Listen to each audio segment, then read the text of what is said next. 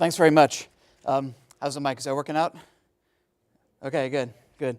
Look, it's always such a pleasure to come to KSC. I was thinking, I've actually never been in this auditorium before, but that's not true. I was here about, several years ago for STS-134. I had an experiment that was flying on that mission, and I sat right there where the young lady in blue shirt is right now, and with my family, and it was such a pleasure. I was so proud to be part of a NASA mission, even at that small scale. In fact, that experiment was a satellite on a chip. We were at Cornell University, where I spend some of my time.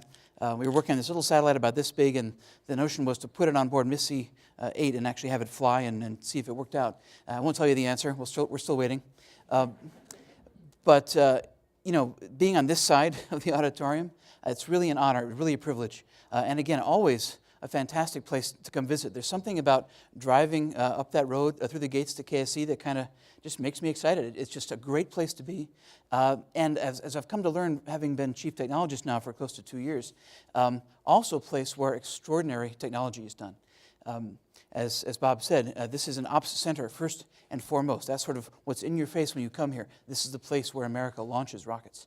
But there's a lot more, of course, as you know, to what you do. In addition to working with businesses, both in the state of Florida and across the nation, there's work that you do that will change the future of NASA and probably the future of technology. There's some great examples. I was here, when was this, about 6 months ago that I was here? I saw the Swamp Works. There's great stuff going on there. I also saw some, we need to give a hand to Swamp Works. There we go. So I also saw some other labs. One was Dr. Luz Marina Calle. Any chance that she's here? Maybe? No, maybe not? Okay. Oh, okay. All right, it's your people, huh? Your peeps. Okay, so, but no, that's fascinating work. What she's working on, among other things, is a kind of coating that could cover a surface that would normally be subject to corrosion. And it's got these little microbeads in it. When there's an impact or some other kind of damage, those microbeads break. They produce a new material which corrects that corrosion, sort of a self-healing surface. It's brilliant work. It's exactly the kind of thing you would think makes sense at KSC, given the environment here and given the kinds of demands you have on operational systems. But it's also just brilliant work. One of the things that's brilliant about it is it spins in, we could call it, results from other fields, in this case, the medical field. These microcapsules they're used in medicine as well. So it's an exciting notion that not only are you innovating for the things that we think of as very KSC, it's also relevant to NASA, and there's no question that this is hugely relevant across the nation.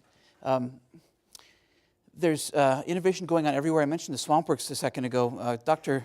Carlos Calle, I did see, by the way, no accident, there's a marital relationship there apparently. This Dr. Calle, he's working on a way of electrostatically blowing dust off of surfaces. So this is kind of cool. So let's say you have a sensitive science instrument or a solar panel or something like this, and let's say on the surface of Mars, for example, it might get covered with dust, and you need to expel that dust. Rather than getting a windshield wiper, which would weigh a lot and maybe not be all that reliable because it's mechanical, instead you put an AC electric field, and that kind of blows the dust off instantly through electrostatic repulsion. Great idea. It works great. I saw a demo at Swamp Works. It's just so exciting. It's one of those things where you think, man, why didn't I think of that? Well, because I'm not Carlos Calle. That's one reason. But that's the nature of innovation, isn't it? When you see it, and it's an elegant solution, and it works brilliantly well, you know it. You know when you've got a good idea, and that's one of them.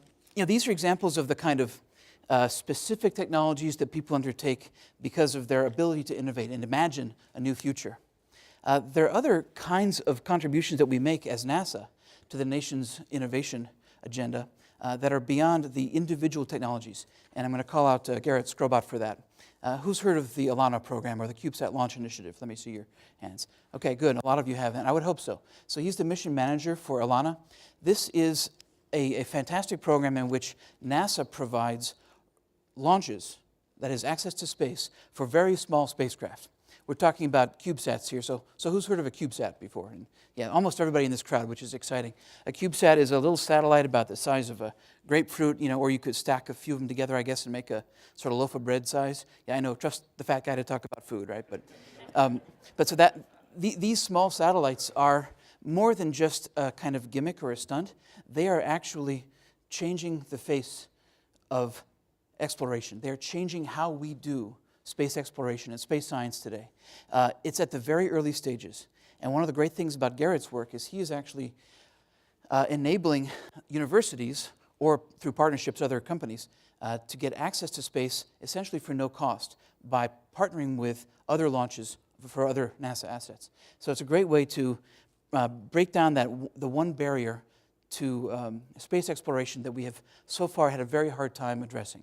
SpaceX and other companies for commercial cargo and crew are doing this. They are lowering the cost of access to space. But even now, with what the improvements we have been able to make, access to space remains the #1 technological challenge for NASA. At least that's what the National Research Council says. Some of you may be familiar with these technology roadmaps that we've had within the Office of the Chief Technologist for several years now. KSC has been a key part of that, Karen Thompson. Oh, by the way, you know you have a Chief Technologist right here, right? Karen Thompson. She's doing a great job putting together this Innovation Expo. Karen, working with us and with the other folks at KSC who've been contributing, have helped us establish these technology roadmaps. They tell us where we could go, and then at headquarters we work to prioritize among the many options so that when we are going somewhere, we know that it's carefully aligned with the agency's priorities. So these roadmaps establish for us kind of a way to the future. When we had the National Research Council take a look at what we think is this way to the future, they told us, yes, that's good, but there's one key issue, the #1 priority for you. And it wasn't really articulated in the roadmaps as such. It was this access to space. How do we get science? How do we get people? How do we get exploration done in space when launch costs and just the rigors of launch are dramatic? You know, right now, that is the #1 barrier. So Garrett's admittedly small contribution here. I mean, it's on the order of, let's say, I guess 3 launches planned for this year for a total of 18 CubeSats. That's a lot of spacecraft, but it's on the order of, you know, spacecraft that you could probably lift yourself and carry to the launch site. So in terms of mass, it's not a lot. But it's just the tip of the iceberg, or the narrow end of the wedge, or something like this. This is the kind of thing, the kind of innovation that will not only have a big impact because it solves a specific problem, it's enabling others to solve problems. So this kind of kicks off, you know, a discussion of why it is that NASA does technology. As I said, we make contributions to the national economy. That's certainly true. And a lot of the developments, a lot of the technologies we develop have had a big impact on the nation. In fact, you can't really imagine a world without NASA. You can't imagine, you know, this thing without NASA. The cell phone camera in here is a CMOS camera that was designed for space science at JPL. So if not for CMOS cameras, we would have a very different way of thinking about smartphones. And there's plenty of other innovations having to do with miniaturization of electronics, materials and coatings and so forth that make the consumer electronics we take for granted every day possible. And that's thanks to NASA. But it's not just electronics, it's not just sort of geek gadgetry that has seen the impact of NASA. You know, there's infant formula as an example. Right, about 95% of the infant formula that is consumed worldwide has inside it compounds that were developed as astronaut food years ago when we were investigating algae to see if, in fact, we could extract lipids from that to contribute to nervous system health in astronauts. Turns out, yes, and these same compounds actually promote brain growth and nervous system development in infants. So you can thank NASA for healthier babies around the world. People will ask, isn't there a cheaper way to create baby food than going to the moon? Yes, there is. But that's not the point, right? The point is when we take on a difficult problem like Apollo, or our next generation exploration systems, for example, going to Mars someday, or even in the nearer future, exploring an asteroid. When we take on those kind of hard problems, we take them on because there's something valuable in that exploration. It's worth doing. It's worth going to the moon. It's worth exploring asteroids. It's worth going to Mars. At the same time, when we take on hard problems, all sorts of other sparks fly off of that. And those are the spin-offs that we have heard about. You know, Tang and Velcro are not among them, but there are thousands every year that we can take credit for. In fact, they're documented in a book called Spin-Off, and if you haven't seen it, you can go to spinoff.nasa.gov. You can download it as a PDF if you're a member of the 21st century, or if you have, let's say, aunts and uncles who want a coffee table book, you can get a print version as well.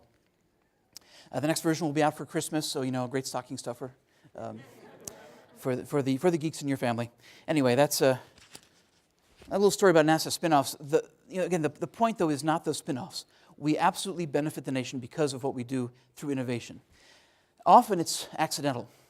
So it's difficult for us to plan ahead and say, we will make these investments because they will have the following benefits for the nation. Sometimes we can say that. Sometimes we can say that developing corrosion-resistant or self-repairing paints will have an effect that we can identify. We can sort of trace it. And you can even call it a sort of pull behavior. That is, there's a need out there, and that need pulls a technology development along. It motivates us to invest in a certain thing. But there's also what I guess I'll call push. Push is when you got a technology that no one's necessarily asking for, but it becomes clear after looking at it, if you had it, it would change the world. A CMOS camera is probably one of those. There was probably a need for a specific science instrument, but what if you could miniaturize these things and make them so inexpensive? $1 a camera. What if you could do that? Well, the answer is, smartphones and selfies, all sorts of other valuable things that we do with those. So, NASA in the 21st century and technology is an interesting topic. We could talk for 4 or 5 hours about it. I want to leave some time for questions, so I'm going to make a couple quick points and then open it up, and I want to do some dialogue if we can. NASA is embracing new ways of doing things. The new Space Technology Mission Directorate, which has been around since, I guess, early this year, but in some form or another has existed for almost 4 years now, has within it key programs that speak to NASA's technology future. But it's not just NASA that the Space Technology Mission Directorate serves, and also there are other parts of NASA that do technology. As I said before, the impact that technology has is nationwide.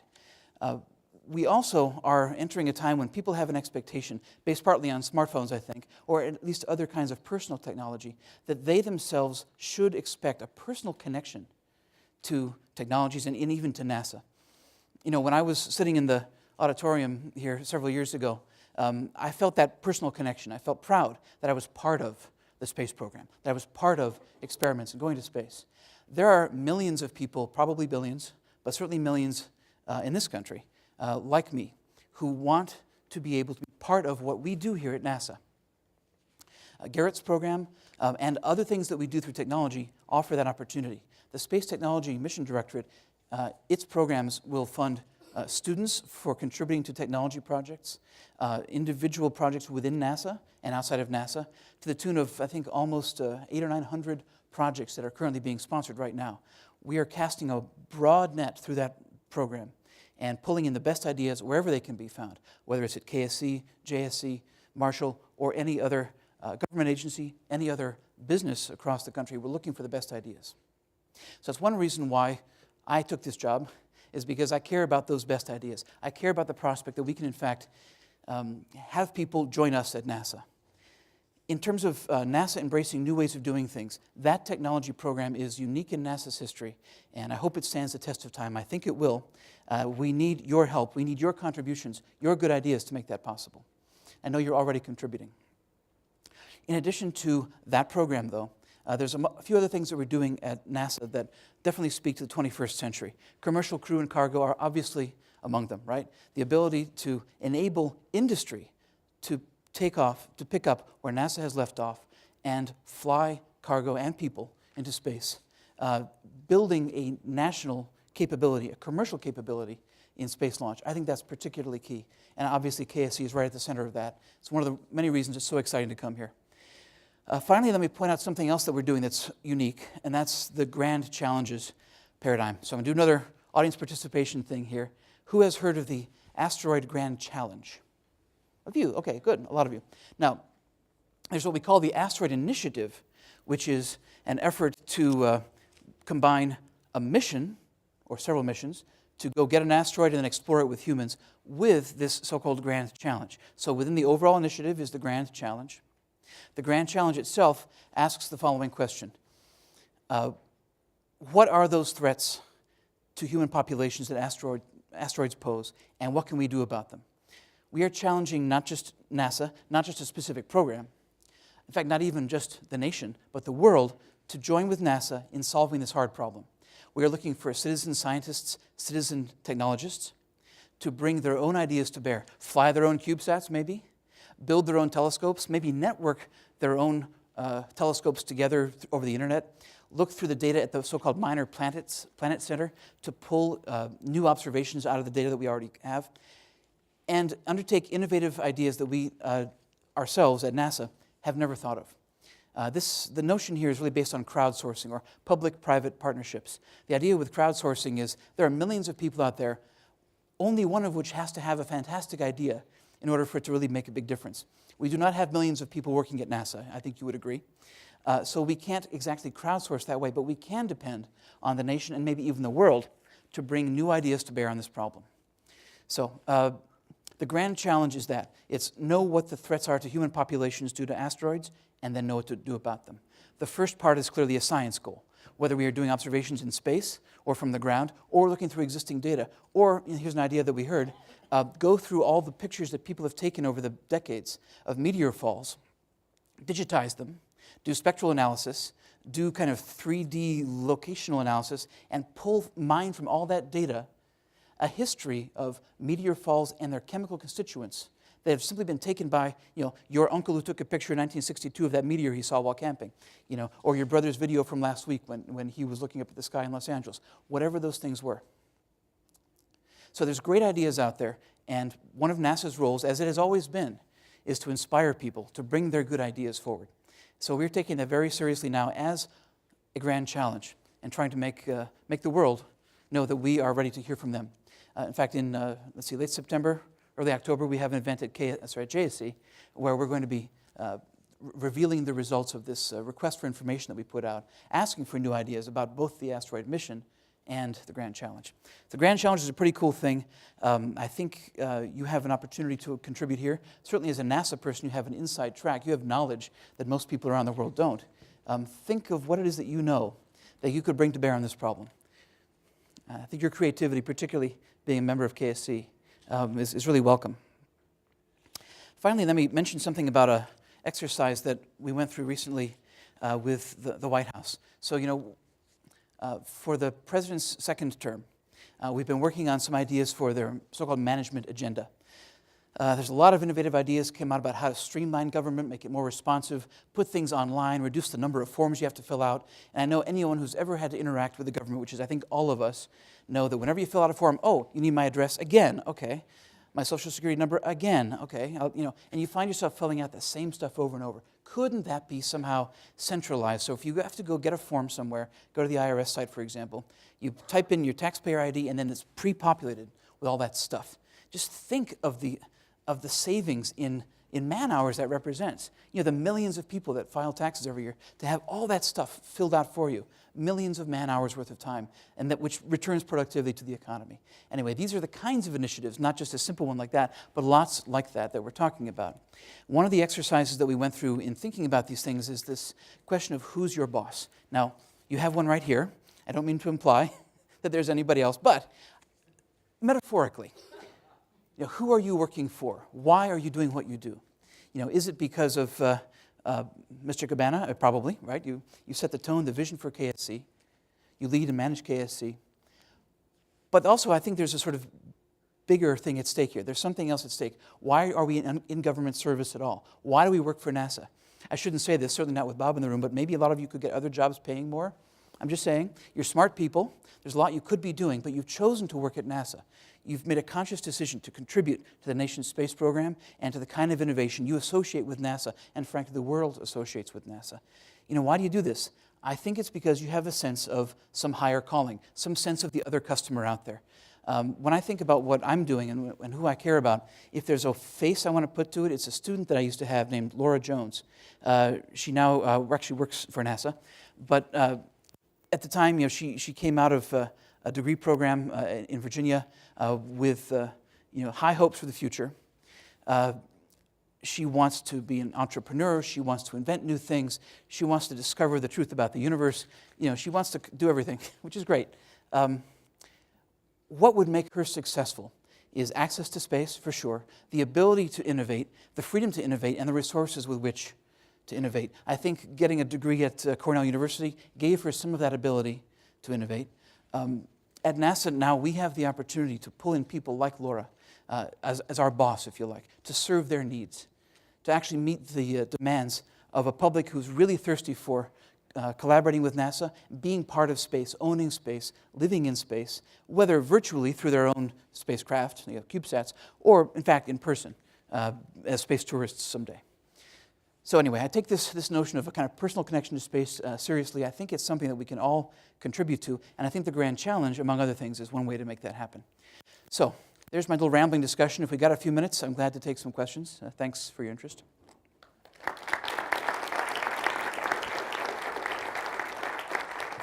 So what questions have you got? Or comments or criticisms or anything else?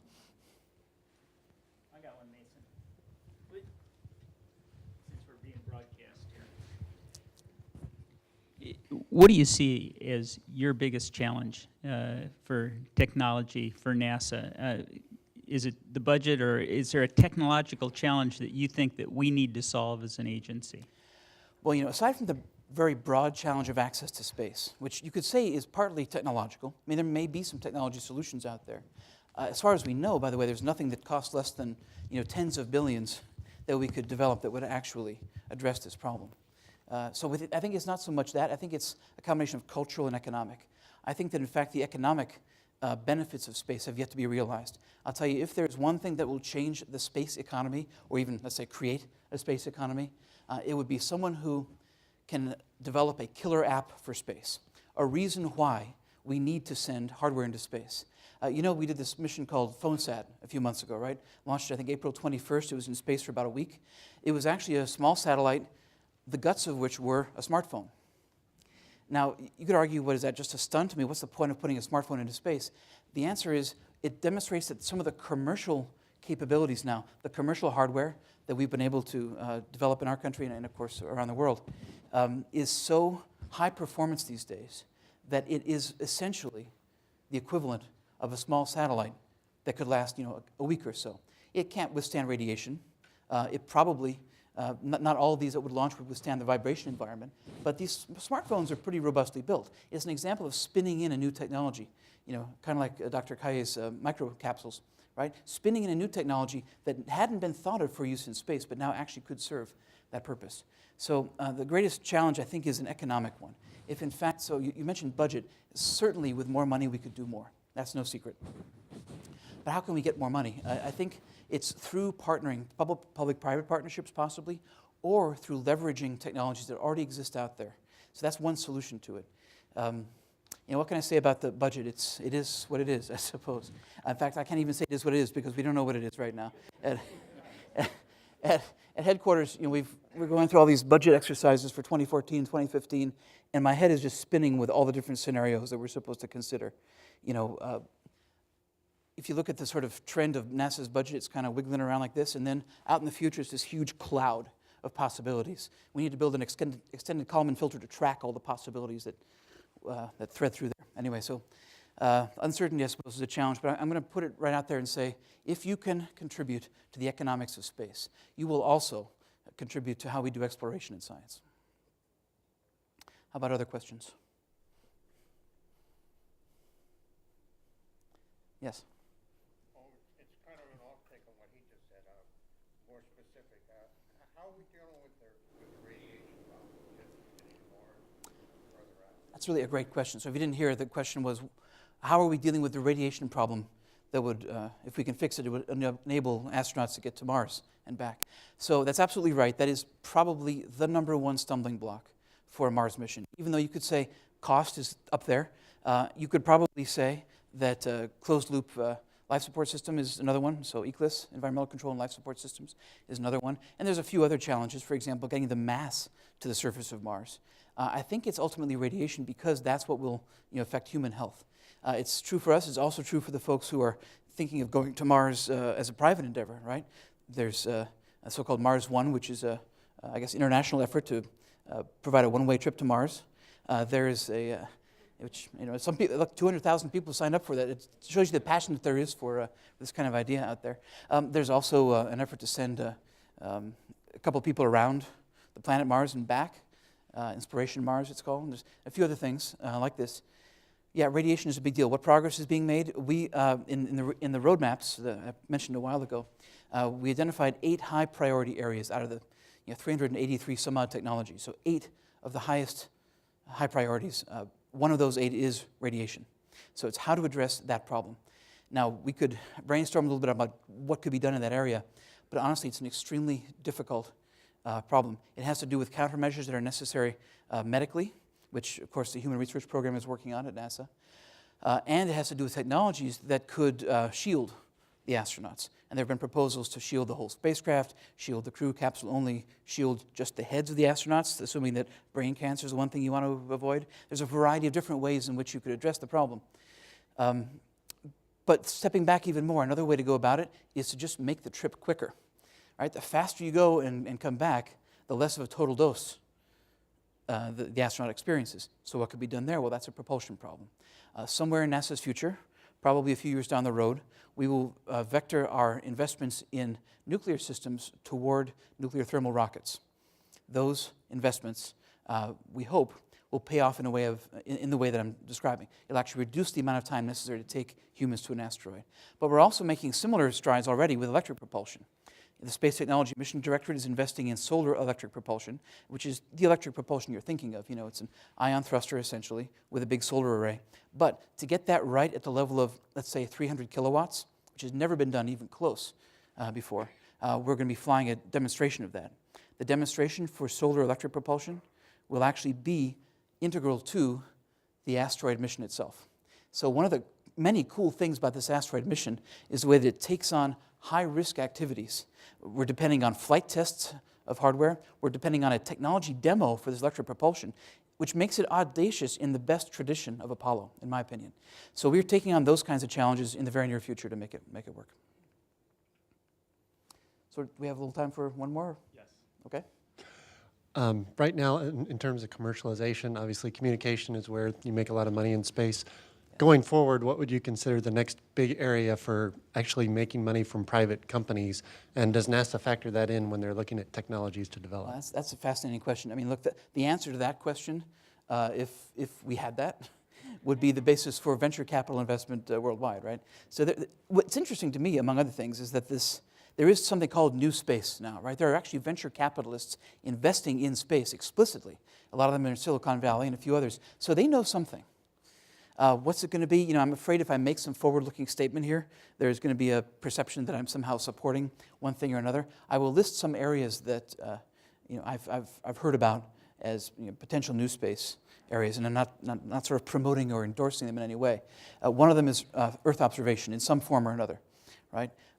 As you know, you mentioned commercial communications as the moneymaker, right? So really, since the probably mid '80s. Geosynchronous commercial satellites have been a big moneymaker for a lot of organizations for one reason or another. So Earth observation is another, and it's been making money over the last decade, and again, some form or another. Google Earth is a sort of in-your-face example of a customer for that sort of thing, but there's plenty of others. People who need to do real estate development, understand where to do crops, do mining, understand where to build levees. There's a variety of reasons why people want to buy that Earth observation data. There might even be some kind of commercial application where you want to have quick access to Earth imagery on your cell phone. Don't know what that would be, but I've heard that that's a potential interest area. So Earth imaging is one. I have been told that another area of potential interest is hobbyist use of space. So what, right? Well, think about camping. Think about that. No one needs to go camping, right? But it's a completely hobbyist activity, but it's a multi-billion-dollar annual industry. People want to go to space, as I said. There are amateur organizations out there. In fact, AMSAT, which has been around since Sputnik, basically, has been putting satellites into space every year or two for a long time. Now there are amateur organizations who, in total, put up tens of spacecraft a year. If we see a kind of exponential growth in that, of just the amateur consumption of space, that affects the economy as well, and probably for us drives down launch costs in a positive way. Looking rather farther into the future, it could be that manufacturing in space makes a lot of sense. There may be some things that we can't do on the Earth that we would want to do in space. Maybe toxic manufacturing, maybe manufacturing with nanomaterials. where you need to suspend a lot of very small materials in a homogeneous way inside a solid and have it cure, which you can't do on the ground because of gravity. So there may be reasons why we can develop materials in space that we can't develop on the ground. I mean, the other example that's been around for a long time and hasn't fully panned out is pharmaceutical development. So, I mean, I'm kind of listing these in order of, you know, what I've heard as potentially valuable. But if I had that answer, you know, I might be investing in it myself. I don't think I have the answer. Okay, anyway, that's about all the time I have. Thank you very much again for the invitation to be here. Have a good day.